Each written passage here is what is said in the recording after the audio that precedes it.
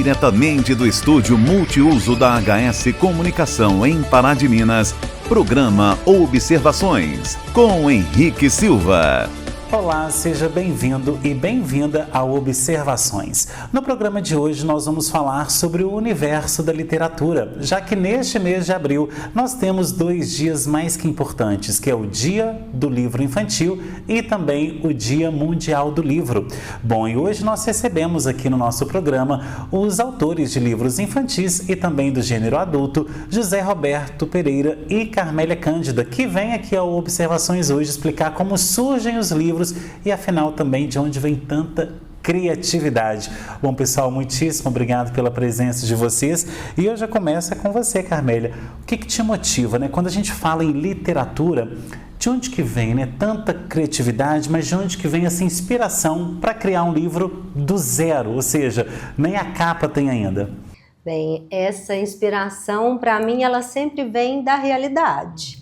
É de observar as pessoas ou de alguma situação, e aí às vezes acontece de vir aquele flash e aí já vai criando ali na imaginação, né, e para partir para o livro. Então é sempre assim, e às vezes tem alguns trabalhos que, mesmo que seja mais trabalhando a imaginação, vai ter uma inspiração em alguém, em alguma situação, na maioria das vezes. E o que te levou a escolher a literatura infantil, principalmente porque a gente sabe que é um público que é mais exigente, né? Mas sim, o que te motivou a escolher esse tipo de gênero textual? Bem, eu não sei se eu escolhi, ou se eu fui escolhida, ou presenteada. Eu acho que é até presenteada. E eu escrevo para todas as idades. Eu escrevo em gêneros variados, eu gosto de transitar entre os gêneros, mas nas minhas produções, até então, eu tenho 6 livros publicados e 4 são classificados como infanto-juvenil, então eu estou com tendência maior mesmo para o infanto-juvenil. Bem, mas eu atribuo as muitas histórias que eu ouvi quando criança. E eu venho de uma família que assim, é uma tradição. Eu cresci ali desde os meus primeiros anos, ouvindo histórias contadas principalmente pelo meu pai e por uma tia, mas por outros tios também, pela minha mãe. E assim, a mãe do meu pai contava, a avó, então é uma tradição mesmo da contação de histórias. E foi ali que a literatura nasceu em mim. Eu me encantei e esse gosto que veio ali do narrar, do ouvir histórias, eu atribuo ele a tudo que eu me tornei, profissionalmente, artisticamente. Então, assim, eu sentia muito fascínio, né, pelas letras. Então, aprender a ler para mim foi mágico. E aí eu acabei indo para o magistério. Eu fui ser professora porque eu gostava das letras, das histórias, de poesia e de arte, assim, em geral. Então, ali eu encontrei um palco, vamos dizer assim. E aí uma coisa vai levando a outra, depois fui para o teatro. Então eu atribuo tudo a esse início. Agora, tem essa questão também, né, Zé? Essa questão de um autor, ele também foi uma criança, né? Então, na sua infância, quais foram os livros aí, né, que mais te marcaram, mas sobretudo que serviram de inspiração para as suas obras infantis que você escreve hoje em dia? Henrique, é um prazer voltar à observação, ao lado de Carmélia, que eu admiro muito. Olha, curiosamente, na minha infância eu não tive acesso ao livro. Eu morava em área rural, então eu ficava no meio das lavouras, com os meus pais, no meio dos animais.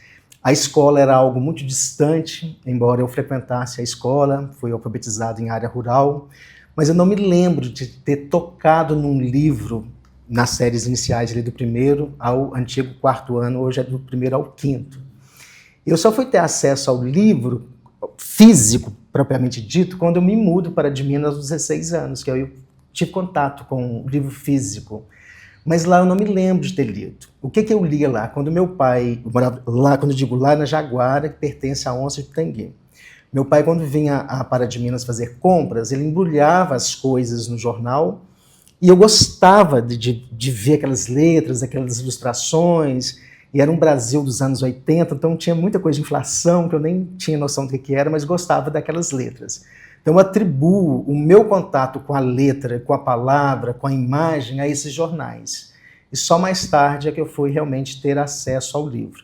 Então a minha maneira de escrever é muito desse jeito mineiro. Eu escrevo essencialmente sobre o olhar do povo mineiro, por ser mineiro, entender como que é viver entre essas montanhas, esses vales, essa conversa que todos nós temos um com o outro, essa afetividade. Então eu transito muito nessas áreas voltado que é a alma do povo mineiro. E com certeza essa vivência na roça também te deu muita bagagem para trazer também isso para dentro dos livros, né? Entender um pouco mais, porque quando a gente vive no interior e a gente entende isso quando a gente conversa com alguém da capital, a gente atenta para detalhes pequenos que às vezes passam despercebidos, não é isso? Exatamente. Tanto é que os meus livros, dedicados à criança e a adolescente, a maioria flerta com a fábula. Então são histórias de bicho que traz, né, toda uma temática, uma pauta para o olhar social, o olhar do convívio, e aí tento trabalhar valores, um pouco de filosofia, mas esse contato com a natureza, com os bichos, esse contato com as plantas também se espalha pelo livro. Tanto é que o meu primeiro livro infantil, conta a história de uma formiga, que o sonho dela era ir à lua, que era o meu sonho também de me tornar artista, de me tornar escritor. Eu queria ser só ator, depois que eu me descobri escritor.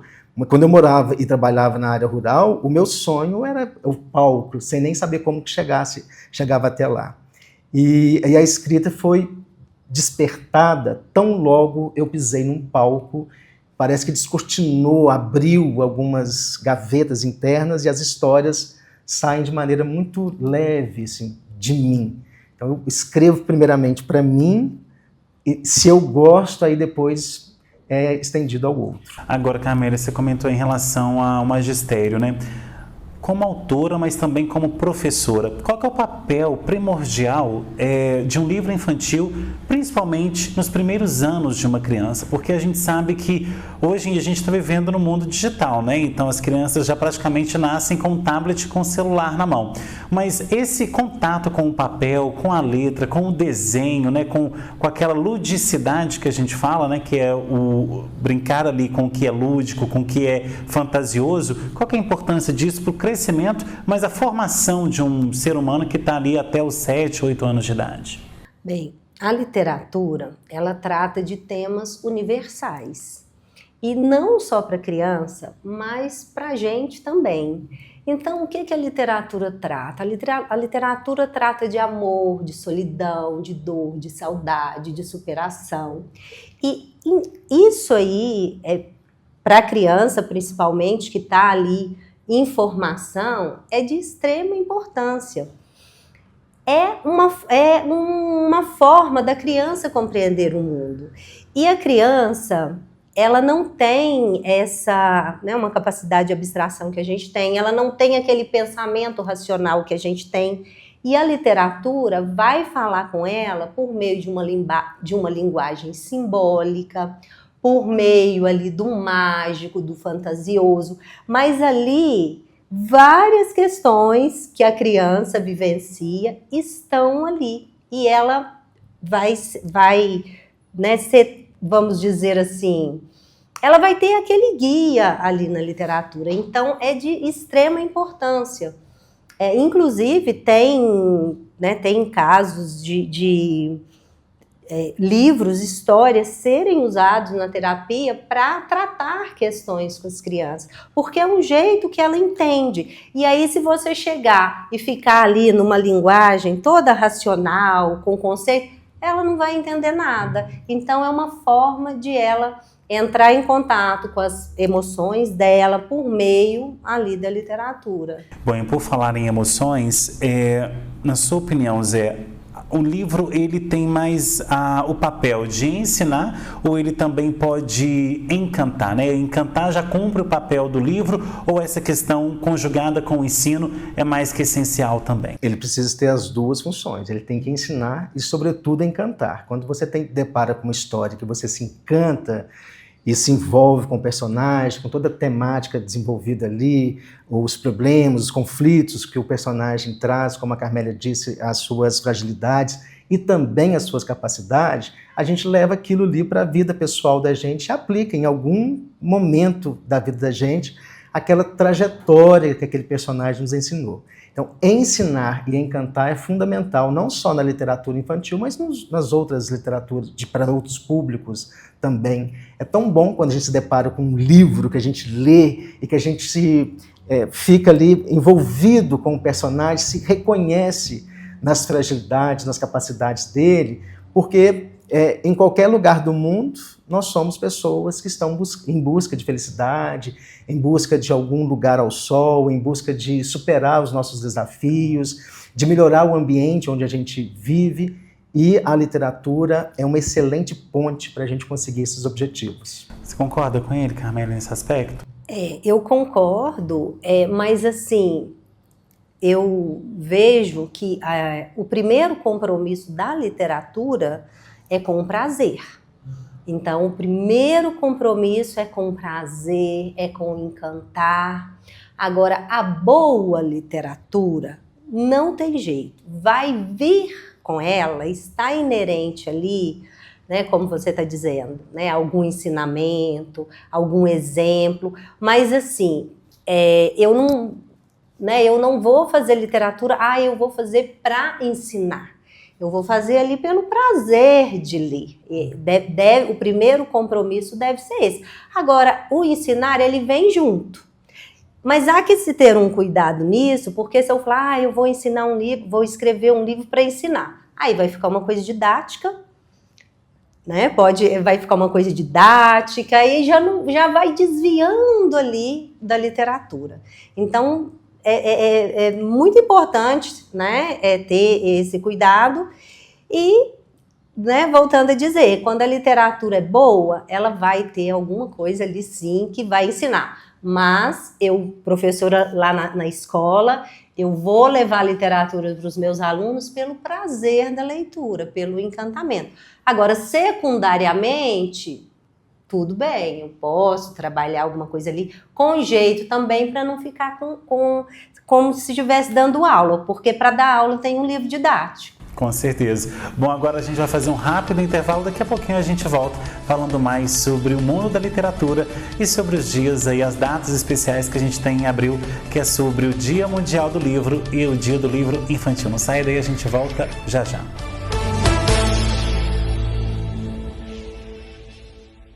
A qualidade e sabor da Churrascaria Nogueira está agora em 2 endereços em Pará de Minas. Com ambientes aconchegantes, modernos e confortáveis, a Churrascaria Nogueira oferece almoço, janta e rodízio de churrasco a preços acessíveis para você e toda a sua família. Faça já uma visita nas unidades da Churrascaria Nogueira, na Avenida Vereador Ronaldo de Castro Alves, 49, em frente à Câmara de Pará de Minas, e também no Shopping Fábrica Mall.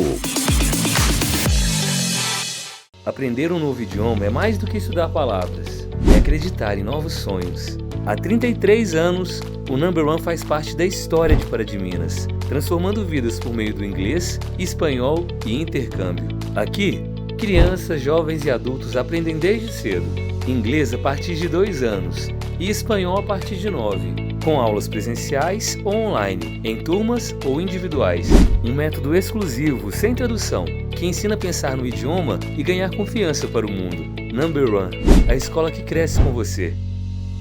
Especialista em regularização de loteamentos e chacreamentos clandestinos, a Praminas CEURB realiza todo o processo, desde a topografia até a entrega das escrituras. Trabalhamos com prefeituras, compradores, loteadores e advogados em procedimentos de REURB, inquéritos e ações civis públicas. Recentemente, a Praminas CEURB realizou o sonho de diversos moradores de Igaratinga e região. Faça já um contato com a Praminas CEURB. Ligue 373232 2890 ou 99669-1755. É assim que devemos tratar os animais, com amor, E cuidado! No mês de combate à crueldade animal, a Câmara Municipal de Pará de Minas reafirma seu compromisso com a proteção e o respeito à vida. Com a criação e aprovação de projetos e do apoio a iniciativas voltadas ao bem-estar animal, o Legislativo trabalha para representar toda a cidade, inclusive quem não tem voz. Praticar maus tratos contra animais é crime. Denuncie. Câmara Municipal de Pará de Minas. Protegendo os animais, valorizando a vida. O que você tem jogado na rede coletora é lixo ou esgoto? A rede coletora de esgoto é projetada para receber somente água de uso doméstico. Jogar papel higiênico, cotonete, fio dental, absorvente, cabelo, óleo, restos de comida ou direcionar a água da chuva para esta rede pode causar entupimento e sobrecarga no sistema. Seja consciente, lixo não é esgoto. Acesse aguasdeparadiminas.com.br e saiba mais. Águas de Pará de Minas. Nosso compromisso é levar mais qualidade de vida para você.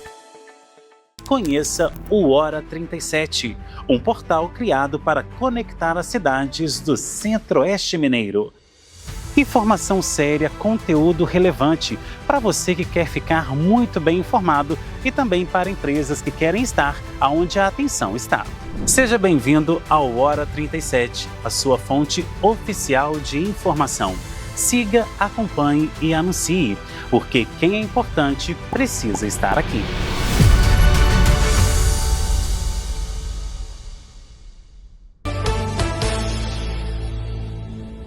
De volta com observações que hoje fala sobre o mundo da literatura e sobre as datas dos livros que a gente tem neste mês de abril, que é o Dia Mundial do Livro, e também sobre o Dia do Livro Infantil. Datas especiais aí que não poderia passar batido aqui pelo nosso programa. Bom, pessoal, e agora a gente vai falar sobre processo criativo. Tenho certeza que você, ao pegar um livro infantil ou qualquer outra obra, pergunta, mas de onde que surgiu isso? De onde surgiu tanta criatividade? A gente então vai fazer essas perguntas para quem escreve livros então.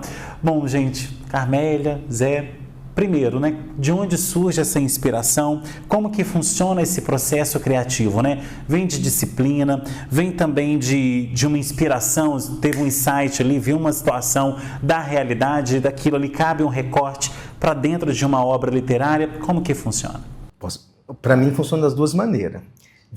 Quando o texto vem pronto na cabeça da gente, uma situação que nos toca no dia a dia, você observa uma cena, um pôr do sol, ou um gesto extremamente afetivo de uma pessoa, costuma às vezes me vir um texto inteiro na cabeça, provocado por aquela cena. E ocorre também, por causa da quantidade de coisas que nós fazemos, que precisamos criar um texto para cumprir uma determinada tarefa, um trabalho que está em curso e precisa desse texto. Seria um comercial de TV, um roteiro de cinema, um próprio texto para livro, que vai ter um edital para o livro. Então, como a gente já escreve sistematicamente, a gente consegue, dentro dessa pressão, desenvolver uma certa criatividade para chegar a um texto possível para publicação de livro.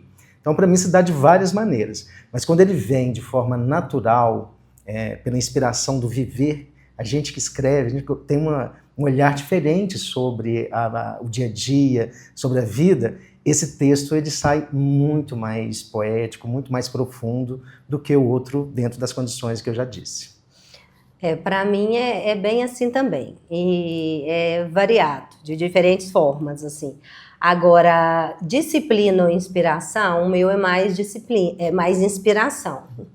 Eu não, até porque é difícil com uma jornada de trabalho, né? Eu tenho uma jornada de trabalho diária ali de 8 horas, tenho uma vida social muito intensa, tenho os projetos de teatro também, de contação de histórias, e até na literatura a gente está na presidência da Academia de Letras, então consome muito tempo. Então eu não tenho como ter aquela disciplina ali, porque eu não tenho esse tempo. Quem me dera, eu espero ter um dia, eu vou escrever todo dia. E aí é mais nessa inspiração, é nos insights que vem.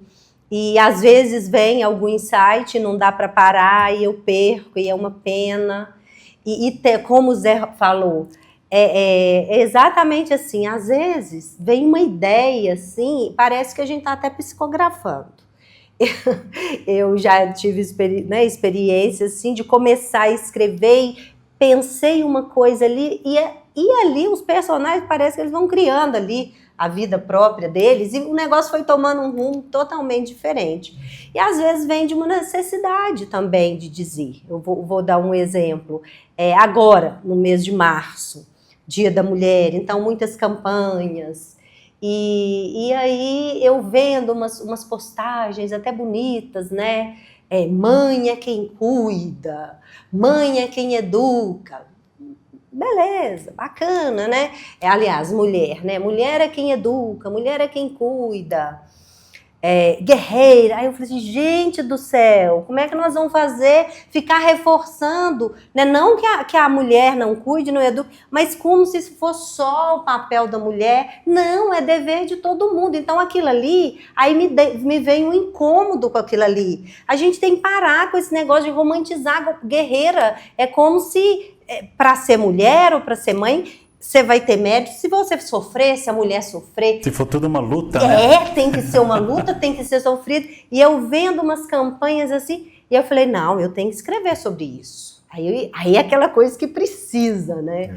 Então é bem variado, assim, é bem interessante. E tem esses que às vezes a gente tem uma demanda, aí você tem que sentar e tem que sair alguma coisa. Aí vai na disciplina nesse caso. Só acrescentando essa pergunta, o ano passado eu passei por uma perda terrível e eu fiquei 3 meses com a minha mãe dentro de um hospital. Então eram muitos dias ali, cuidando, e toda hora que ela estava acordada eu estava sempre atento. Mas na hora que ela dormia, era a hora que eu respirava e eu escrevi uma das coisas mais lindas nesses 3 meses. E que vai virar um livro futuramente, assim. Eu acho que vai ser meu primeiro romance. E foi numa condição muito complexa, de dor, de perda, de sofrimento, nasceu a poesia como uma maneira que eu encontrei ali de sobreviver naquele caos que eu estava vivendo, que era de uma perda muito severa. E de ressignificar aquilo de ressignificar. Também, né? Enquanto a minha mãe ia, nascia esse texto. Então, para mim, tem esses outros lugares que são acessados para o processo criativo também extravasar o que a gente tem dentro da gente. Agora, quando a gente fala, né, por exemplo, a gente está falando também de livros infantis, mas de obras adultas também. O humor, né? É claro que tem o gênero comédia, mas o humor, ele é o sal que tempera todas as obras, na opinião de vocês, no sentido de realmente ser algo que vai dar um gatilho ali para continuar lendo aquilo, porque a gente sabe que dependendo da história, fica muito monótono e cansativo. Então, como que o humor também é utilizado e se tratando de obras infantis, ele é obrigatório? Não é obrigatório, não tem nada obrigatório. Nada obrigatório. O humor, ele é muito importante em tudo, na vida, né? Sim. O que é a vida sem humor? No caso da literatura ali, né, você dizendo é interessante, mas nem sempre. Pode ser uma obra que ela vai mais emocionar, às vezes sem ter humor, e não tem problema. Eu, por exemplo, eu não tenho tanta facilidade com humor, até gostaria. Eu sempre tenho tendência mais pelo sensível, às vezes pelo dramático, mas é bom sim, é bom, só não é obrigatório. Eu gosto muito do humor, mas eu tenho uma outra observação sobre a palavra. Eu gosto de trabalhar, eu tenho vários textos sobre humor, o último trabalho que nós fizemos juntos no cinema é de humor, alguns livros infantis que eu tenho tem essa pegada do humor, mas eu tento trabalhar mais a graça do que a piada pronta. Porque a graça num texto de literatura que vai para o livro, em qualquer época que você lê, ela está lá. O humor, a leveza, a graça. E aí fica mais atemporal do que um humor mais assim direto, que ele é quase que taxado como data. Porque às vezes ele só vai ter humor em um recorte da realidade, né? Uhum. E aí os meus textos eu tento levar para esse lugar da graça, que em qualquer momento que você o lê, tem graça. Esse livro que eu escrevi, tem muitos aqui, textos de humor, mas com esse lugar assim da reflexão da graça, porque em qualquer momento que você lê, você vai ter aquele prazer da risada. Agora, Nesse caso, como que vocês testam, né, essas histórias? Por que eu falo isso? Porque, claro que assim como um trailer de filme, né, como tem ali, por exemplo, um clipe de música, alguma coisa, sempre tudo que leva criatividade, precisa ter os famosos testers, né? Ou seja, aquelas pessoas que vão ser críticos, olha, precisa melhorar aquilo, precisa melhorar naquilo. Em se tratando de obras, como vocês testam isso com o público, né? Como que é feito isso antes da obra ser fatalmente ali publicada e lançada para o público? Não, são várias pessoas que leem antes de ser publicadas. Eu, por exemplo, tudo que eu escrevo e que vou publicar pensando num livro, né? Não em coisas assim rotineiras. Mas uma obra que eu vou publicar, às vezes um texto literário mesmo, eu sempre, o meu primeiro leitor costuma ser o Alaécio, meu marido, porque assim, ele tem uma visão bem ampla e ele é crítico, ele é exigente, não é, Zé José? Então, eu já leio, né, eu passo para ele, o Zé Roberto também. Eu e o Zé Roberto, a gente troca demais, a gente um lendo do outro, a gente marca, né? Já marcamos sessão para apresentar o livro. E no caso, né, você falando aí de crianças, eu gosto de dizer assim, que quando eu escrevo um livro pensado para crianças, ele não é pensado só para criança, ele é pensado para todas as idades, né? Porque é o que eu falei, os temas universais. Não existe um abismo entre o mundo da criança e o mundo do adulto, para achar que a criança tem que tratar com temas menores. E então eu procuro escrever para atingir todas as idades. Os livros são classificados como infantil ou infantil ou infanto-juvenil, mas né, tem essas questões. Diferente que às vezes é um livro que é para adulto e que não vai ser apropriado para criança. E no caso de criança, o Zé Roberto talvez tenha mais facilidade porque ele está na escola. Quando eu estava na escola, a contação de histórias, eu treinava tudo lá com os alunos antes. Aí a gente usa os sobrinhos, os primos, mas tem sim, é muito importante, não é? Esse olhar do outro e às vezes uma sugestão. Então, esse aqui, por exemplo, Bichos Fofos, que é um livro de poema, eu fui com as minhas sobrinhas lendo poema por poema e eles me dizendo o que achavam. É muito importante. E como que é o seu processo aí, Zé? Bem parecido com o da Carmélia. A Carmélia costuma ser a primeira leitora dos meus textos, com esses que vão para... Quase confidentes. Quase, né? Confidentes aqui. Cúmplice. Mas assim, por exemplo, um livro como esse do Padre Libério, muito difícil você testar um livro como esse, não tem como. Carmélia é revisora, o Alaécio Delfino, que é o pesquisador, os dois leem, me manda para refazer ou valido o que está escrito, mas esse livro especificamente aqui, olha, eu mudei quando eu levei a história para as crianças. Antes de ser publicado, Um Ninho Coberto de Penas, eu contei essa história algumas vezes na escola. E aí os meninos ficaram muito curiosos com uma certa passagem. Eu entendi que eu precisava desenvolver aquela passagem e mudar o final para a história manter a curiosidade, manter o encanto que ela despertava. Então, depois de testar, eu mudei o final da história.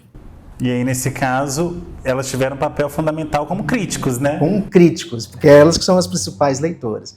Agora, tem livro que é muito difícil a gente fazer isso. Por exemplo, o Crack, né, que é um livro que vai falar da droga e do crack de futebol.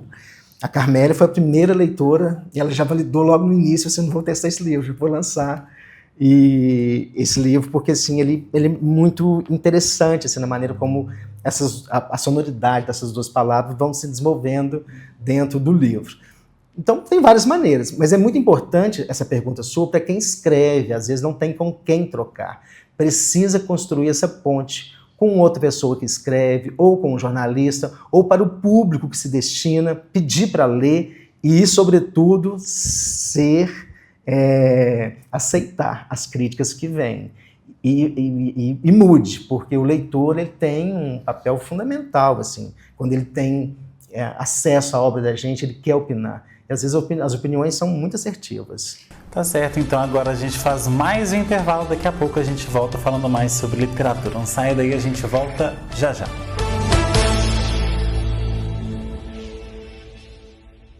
A Casa Branca Imóveis tem os melhores locais para você comprar ou alugar. Casas, apartamentos e imóveis comerciais em pontos estratégicos você só encontra aqui. Agende já uma visita com um de nossos corretores. Casa Branca Imóveis, Rua Caxambu, 368, bairro São Luís. Telefone 3236-4431. Vem pra Casa Branca!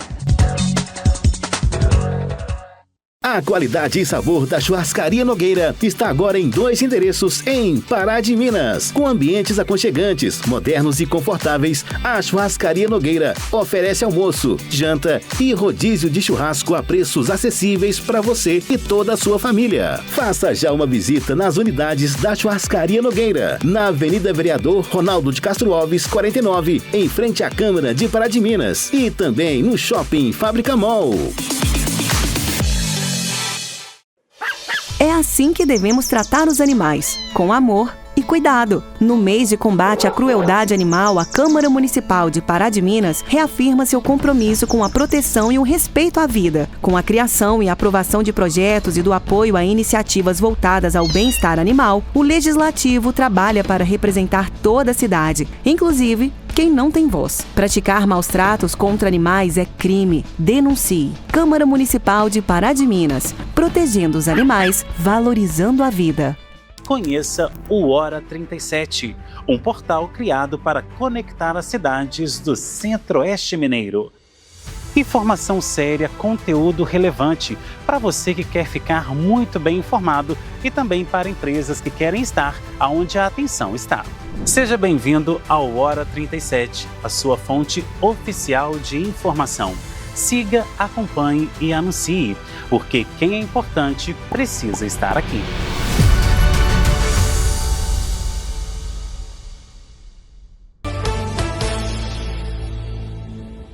De volta com observações que hoje fala sobre a literatura e, claro, sobre as datas especiais dos livros neste mês de abril. Bom, pessoal, agora a gente vai falar sobre retorno, né? Ou seja, aquilo que o leitor traz de volta para vocês, que é o que fomenta vocês aí no dia a dia. Qual foi o retorno ou os retornos, ou podemos falar também as críticas, né? Que mais marcaram vocês ao longo desses anos aí de literatura? Para escolher eu vou falar quando eu lancei esse livro aqui, A Fuga da Sereia. E esse livro, ele foi o primeiro de literatura infanto-juvenil que eu lancei. E eu fiz uma campanha bem grande assim, de divulgação dele na internet. Então foi muito, muito bacana, porque eu recebia pedidos. Com os outros livros também eu fiz e vendas fazendo venda pelos correios, mas esse aqui ele superou assim, e talvez porque essa coisa de sereia, né, mexe muito com o imaginário, a fuga da sereia, enfim. Então esse livro aqui, eu não digo que ele foi para todos os estados brasileiros, mas ele foi para todas as regiões, né, estados de várias regiões. E teve um retorno muito marcante para mim, que foi de uma professora lá de Rio Branco, no Acre. Ela viu a propaganda do livro, comprou e ela adorou o livro. E ela fez assim, um trabalho lindo lá com as crianças. O nome dela é Eline. E a Eline, a hora que ela recebeu, aí ela já começou a me mandar foto. E lá, ela é professora e ela também faz um trabalho lá com crianças daquelas comunidades mais distantes. E que ela reúne essas crianças para fazer leitura, para contar história, e eles amaram o livro, Então, assim, ela me mandava os relatos, ela me mandava fotos, o que as crianças tinham falado, e foi, assim, muito gostoso. E eu gravei vídeo para ela mostrar às crianças, eu lembro até dela dizendo assim, das crianças falando para ela que ela estava conversando comigo, e as crianças, ô tia, mas ela existe mesmo? Existe? E aí ela falou, né, que eu ia mandar, mas ela sabe que a gente existe? Então, assim, foi muito carinhoso, né, e Rio Branco, no Acre, está a 3.500 quilômetros daqui, então a gente vê o alcance da literatura, né, chegar nesses lugares, e os diálogos que vêm, nós trocamos muito, eu mandei material para ela de contação de histórias, mandei né, muitas dicas para ela, e ela sempre me retornando, e aí depois ela comprou também os outros que vieram. Então, assim, eu escolho esse retorno, assim, que foi bem marcante. E para você, Zé? Olha, eu tenho retorno de todos os livros, porque eu tenho essa graça de as escolas, às vezes, fazerem trabalho sobre o livro. O do Padre Libério tem retorno praticamente toda semana, de gente que lê. Esse livro já foi para vários estados e vários países. Mas eu vou destacar esse, que quando eu lancei, que é A Joaninha Margarida, teve um detalhe na divulgação desse livro e no período seguinte, quando ele foi lançado, que me marcou muito, que foi um livro muito adquirido por avós. As avós compravam esse livro para dar de presente para os seus netos, talvez por causa da temática do livro, talvez não, certamente por causa da temática do livro, porque é a história da Joaninha e Margarida, que nascem juntas no mesmo jardim, só que elas têm ciclo de vida diferente, e uma acompanha o processo de envelhecimento e morte da outra. Só que o livro não fala de morte, o livro fala de vida, de momento presente, de alegria. E esses retornos que eu tive dessas avós foram muito marcantes para mim e ainda são até hoje. Bom, e vale ressaltar que o que influencia vocês para o próximo livro? Porque, como você disse aí, a questão das avós, a questão da professora, mas o que então influencia vocês para, opa, peraí, deixa então eu lançar, às vezes, uma sequência, ou então um livro do zero? Como que surge isso? Surge. É aquela vontade mesmo que vem, aquela, né, às vezes aquele desejo de contar, de dizer. Às vezes você vem uma ideia de escrever um texto que vem de maneira natural. Você senta, escreve, ou você anota e depois você desenvolve a ideia. Quando você termina o texto, você não quer publicá-lo em jornais, nos sites, nas novas mídias, porque ele é um texto de livro. A gente sente essa diferença. Não sei se a Carmélia compartilha esse entendimento comigo. Mas a gente sente que ele é um livro, ele é um texto que ele pode ir para um lugar mais nobre, porque o livro é um lugar, uma estrutura nobre, é uma estrutura inventada há tantos séculos e ainda sobrevive, ainda é motivo de desejo de muitas pessoas. E quando me deparo com um texto feito por mim, que tem essas características, assim, ser mais universal, mais atemporal, eu já o reservo para livro. Bom, pessoal, e agora a gente vai trazer um dado, né, que infelizmente a gente está vivendo a era da desinformação. E automaticamente a gente, até num programa que a gente fez recentemente, até trouxemos aqui o gerente do Cine, também uma professora de um colégio aqui da cidade, para poder falar sobre o tema. Hoje nós temos também um índice de analfabetismo muito grande, né? A questão do analfabetismo funcional, ele está gigantesco. O que a gente tem aí de dado é que 8% das pessoas sabem ler, escrever e interpretar um livro. Um livro, ou então uma frase, enfim. Como que hoje se pode, né? A gente vai falar para os pais, mas também aquelas pessoas que querem começar o hábito da leitura. Como eu começo esse hábito? De onde, então, eu instigo aquela criança, ou então eu, né, começo a me instigar ali para querer ler o livro, não só porque a capa é bonita, mas porque o conteúdo é muito mais rico? Olha, a criança, ela consome o que vê. Se ela vê o pai e a mãe recorrentemente com um livro em mão, um jornal, uma revista, ela vai se interessar por aquela estrutura. Se vê o pai e a mãe constantemente nas redes sociais, no celular, ela vai se espelhar. E é difícil uma pergunta como esta, porque cada um tem um desejo para si, seja galgar espaços profissionais, melhorar os seus relacionamentos interpessoais, e o livro é uma excelente ferramenta para criar dentro da gente essas bases que fortalecem as relações, não só com a gente, mas com o outro, com o nosso entorno. Uma bagagem também, conteúdo, né? Conteúdo. Porque num livro você sintetiza a vida de uma pessoa, uma vida inteira cabe dentro de um livro. E você tem a oportunidade de se rever e se ver nesse processo. Então, quem tem vontade de ler, que já está na vida adulta, é buscar aquele tipo de literatura que te agrada. Não adianta eu te indicar um livro se ele não é o gênero que você gosta. Toda leitura, ela é boa. Como a Carmele disse lá no início da nossa fala, a literatura de qualidade ela é excelente, ela não é só boa. Então, é descobrir qual gênero gosta mais e, a partir dali, não forçar também ler um livro de 400 páginas. Pega um livro menor para você ir criando o hábito. Para adultos, até que não têm o hábito de ler e às vezes me pergunta, eu indico muito crônicas. Sim. Porque as crônicas são curtas, são fáceis de ler.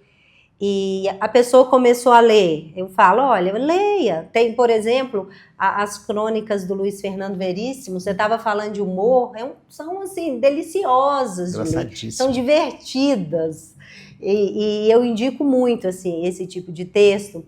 E falo para a pessoa, olha, você começa a ler, senão obrigado, se você não gostou, passa para outra. E é uma coisa também, como ela é curtinha, você começou e terminou. Então, às vezes, ali antes de dormir, você lê uma crônica ou duas, não vai depender daquela continuidade do dia seguinte. Então eu indico muito isso, crônicas, para quem não tem o hábito e quer começar a ler. É claro que se a pessoa vai se identificar, mas é um gênero mais fácil de ler. E não é demérito nenhum começar um livro, não se identificou, bola para frente. Vamos para o próximo, porque se forçar também ler um livro que não se comunicou com você, é muito complexo. Perda de tempo, perda né? de tempo. A menos que seja um livro que seja necessário ao seu trabalho ou uma outra atividade que seja essencial que você o leia. Mas como a Carmele trouxe a palavra prazer, o prazer de ler o livro em uma das falas dela, tem que ser prazeroso o tempo todo. Então, se não está sendo prazeroso, qual que é o próximo que eu vou escolher? Bom, e quando a gente fala de literatura infantil, a gente automaticamente relembra Monteiro Lobato, que até porque é por conta dele que é o Dia do Livro Infantil, né, no Brasil, mas a gente percebe também que hoje em dia não tem uma valorização muito grande dos autores de livros infantis, né, e automaticamente da literatura brasileira. A gente vê muitas pessoas aí pegando best-sellers de fora do Brasil, né, aquelas sagas que são vendidas à torta e direita aí no mundo, mas a gente também tem uma cultura muito rica no Brasil e que hoje está sendo deixada de lado muito por conta também do digital. Como vocês percebem também essa mudança comportamental por parte dos brasileiros que não valoriza a própria cultura? Olha, a meu ver, falta incentivo governamental das três esferas, estadual, federal e municipal. Quando você tem uma política de salvaguarda da leitura, do livro, ou de todas as ramificações artísticas, e se ela é contínua, a comunidade onde aquele projeto é desenvolvido, ele acaba absorvendo e consumindo aquele produto cultural. Quando isso é interrompido, demora-se muito tempo depois, quando retoma, trazer novamente esse debate para a sociedade. Então, quando a gente tem um período longo de políticas governamentais, não só de incentivo ao livro, à leitura, mas em outras áreas, a gente tem uma aderência maior da população, reconhece o valor da arte como benefício, capaz de modificar, de trabalhar até temas urgentes, importantes de hoje, como ansiedade, depressão. E aí, se essas políticas estão bem articuladas e não são interrompidas quando muda uma gestão, aí sim a gente teria mais qualidade desses eventos e mais adesão da população. Essa questão de não valorizar a literatura, né, a literatura em geral, é também cultural. É o que acontece não só com a literatura, mas com a arte, que ela fica ali mais à margem. A gente tem, né, não acontece isso com a música, né, música, mas assim, a poesia, né, também, e outras formas de arte a gente tem essa...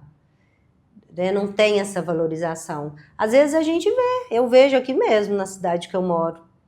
Né, eu tenho 4 livros infanto-juvenis, tem escolas, às vezes, que eu chego e que eles nem sabem, né, não conhecem, ou às vezes sabem, conhecem, mas não levam, não apresentam ali para alunos. Não tem aquele incentivo não também. Tem, né? Eu já fui em feira literária, em escola, e que autores, os clássicos, maravilha, né? Mas tem que ter tudo. Mas nenhuma menção a autores paraminenses. Mas, apesar disso, a literatura vai continuar sendo feita e vai continuar tendo aquelas pessoas, né, aquele público que gosta. Porque a gente fala muito questão de resistência, né? A arte resiste, né? Então a gente viu isso muito no período pandêmico, que quem salvou também o psicológico das pessoas, além do terapeuta e do psiquiatra, foi também a classe artística, né? Que muitas pessoas aí voltaram, né, para assistir os filmes que sempre quiseram, as séries.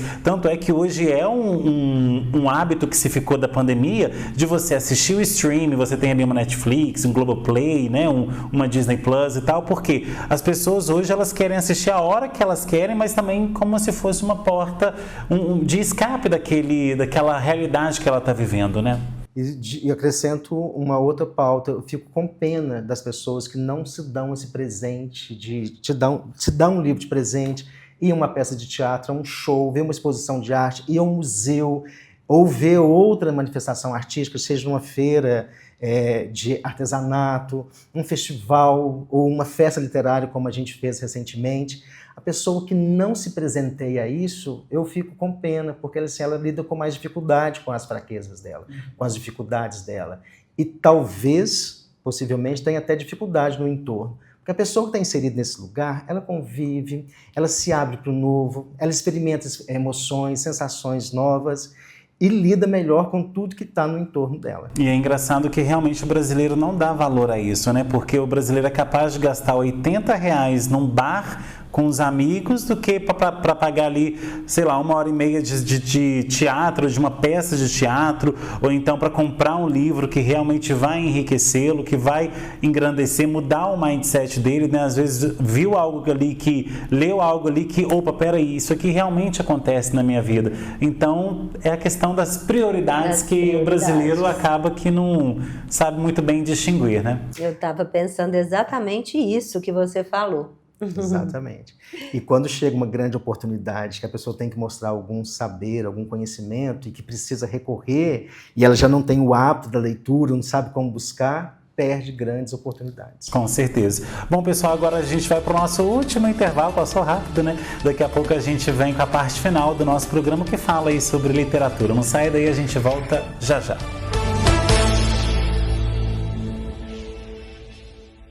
A qualidade e sabor da Churrascaria Nogueira está agora em 2 endereços em Pará de Minas. Com ambientes aconchegantes, modernos e confortáveis, a Churrascaria Nogueira oferece almoço, janta e rodízio de churrasco a preços acessíveis para você e toda a sua família. Faça já uma visita nas unidades da Churrascaria Nogueira, na Avenida Vereador Ronaldo de Castro Alves, 49, em frente à Câmara de Pará de Minas, e também no Shopping Fábrica Mall. Aprender um novo idioma é mais do que estudar palavras, é acreditar em novos sonhos. Há 33 anos, o Number One faz parte da história de Pará de Minas, transformando vidas por meio do inglês, espanhol e intercâmbio. Aqui, crianças, jovens e adultos aprendem desde cedo, inglês a partir de 2 anos e espanhol a partir de 9, com aulas presenciais ou online, em turmas ou individuais. Um método exclusivo, sem tradução, que ensina a pensar no idioma e ganhar confiança para o mundo. Number One, a escola que cresce com você. A Casa Branca Imóveis tem os melhores locais para você comprar ou alugar. Casas, apartamentos e imóveis comerciais em pontos estratégicos você só encontra aqui. Agende já uma visita com um de nossos corretores. Casa Branca Imóveis, Rua Caxambu, 368, bairro São Luís. Telefone 3236-4431. Vem pra Casa Branca! É assim que devemos tratar os animais, com amor e cuidado. No mês de combate à crueldade animal, a Câmara Municipal de Pará de Minas reafirma seu compromisso com a proteção e o respeito à vida. Com a criação e aprovação de projetos e do apoio a iniciativas voltadas ao bem-estar animal, o Legislativo trabalha para representar toda a cidade, inclusive quem não tem voz. Praticar maus-tratos contra animais é crime. Denuncie. Câmara Municipal de Pará de Minas. Protegendo os animais, valorizando a vida. Conheça o Hora 37, um portal criado para conectar as cidades do Centro-Oeste Mineiro. Informação séria, conteúdo relevante para você que quer ficar muito bem informado e também para empresas que querem estar onde a atenção está. Seja bem-vindo ao Hora 37, a sua fonte oficial de informação. Siga, acompanhe e anuncie, porque quem é importante precisa estar aqui.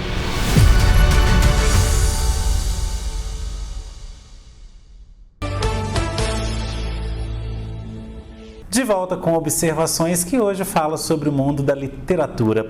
Bom, pessoal, a gente está se encaminhando para o final do nosso programa, mas vocês que já têm uma longa estrada aí da literatura, qual que é o conselho que vocês dão para aquelas pessoas que sempre gostaram de ler, sempre gostaram da literatura, tem essa vontade, né, esse desejo de escrever, mas não sabe por onde? Qual que é o conselho que vocês dão aí para o caminho das pedras?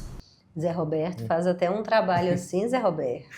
Eu tenho um trabalho chamado Laboratório do Ser, que eu ajudo a pessoa a canalizar para esse processo criativo e desenvolver um texto possível para livro.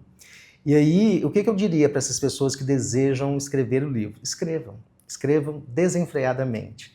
E reescrevam esse texto várias vezes. Mesmo a gente que já tem alguns livros publicados, a gente escreve, reescreve, relê, que é um processo normal, esse ofício de refazer o que você fez. E não desista na primeira tentativa, que fez um texto que não foi da forma como gostaria, espera o momento certo.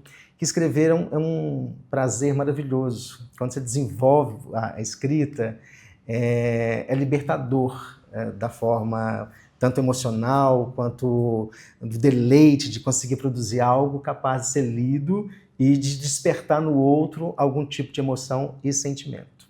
E aí eu complementaria, né? E consuma literatura, esteja em ambientes literários.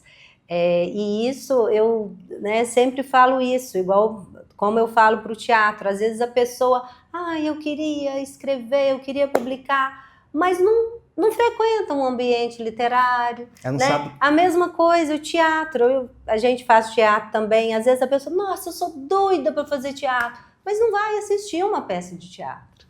Fica difícil. Fica difícil. Como diz, não investe ali no patrocínio. E é interessante que as pessoas acham que a arte, seja em qualquer uma das ramificações artísticas, ela tem um desejo, ela acredita que só chegar naquele lugar que ela já vai se desenvolver, né? E às vezes, para você sobreviver no mercado da arte, você ser consumido pelo grande público, você também tem que desenvolver a técnica daquela arte. Não adianta eu querer tocar um instrumento se eu não passei pela técnica. Ou seja, não adianta chegar também achando que já vai sentar na janelinha, que não é assim. Não é assim, é um processo. Isso se espalha para todas as profissões.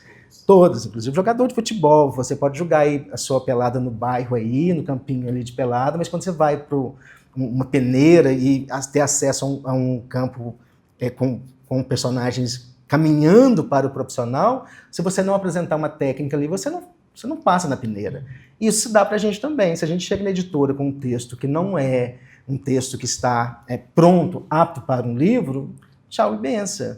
Então se espalha em todas as profissões. E reforça a fala da Carmélia. Se qualquer arte que você for querer se expressar nela, consuma primeiro, antes de você começar a desenvolver a sua arte. Bom, e vou fazer uma pergunta agora que para autor de livro isso é complicado responder, mas qual que é o maior sonho na literatura que vocês ainda não realizaram? Bem, para mim nem é difícil. O meu é ser premiada, ganhar um concurso literário em âmbito nacional, ficar reconhecida. Mas eu não me inscrevi também num concurso assim, mas vou me inscrever. Tá aí. Olha, é uma pergunta que eu me sinto realizado hoje com o que eu já fiz na área da literatura. Lógico que a gente, como a Carmélia disse, isso aqui é um concurso, se virar vai ser bem-vindo, mas eu me sinto realizado, me sinto lido por um grupo de pessoas que já me acompanham, já estive em alguns lugares que eu gostei muito de estar ali como escritor.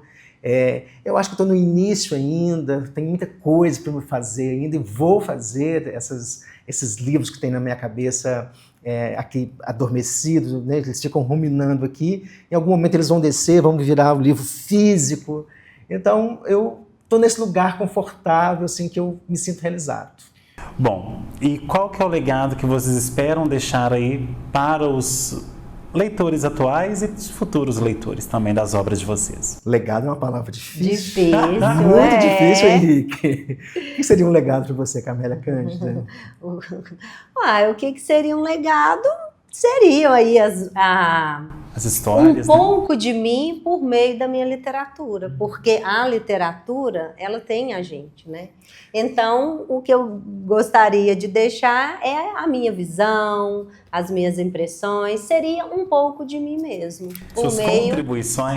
Por meio da literatura que brota lá de dentro. O legado dentro da área da literatura, eu posso dizer também do cinema, porque eu tenho alguns roteiros gravados, de algumas peças de teatro, é que esses conteúdos, tanto no livro, no teatro e cinema, sejam revisitados de tempo em tempo. Seria, para mim, um legado extraordinário. E eu sempre tento escrever e fazer alguma coisa que seja atemporal, justamente para isto, para que seja um legado para as futuras gerações, saber que aqui teve um escritor chamado José Roberto Pereira, que se achava, que adorava, que estava pronto, confortável, né? Brincando aqui com vocês, obviamente, com vocês aí de casa, mas que deixou alguma coisa escrita, não deixou também a vida passar desapercebida. Eu escrevo sobre Minas, eu gosto de Minas, porque eu moro em Minas, então poder falar um pouquinho das pessoas, das coisas que eu vi no meu tempo, para mim é um legado precioso para as futuras gerações. Bom, e o nosso tempo está acabando aqui, infelizmente. Qual que é a mensagem que vocês deixam aí para os leitores que estão nos assistindo e também para a nossa audiência que gosta de leitura, de literatura, ou pretende começar esse gosto também?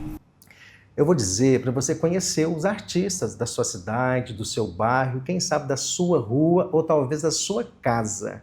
Que tem gente da minha família que não sabe que eu tenho essa expressão na arte. Sabe que o Zé faz alguma coisa, mas não sabe o que é.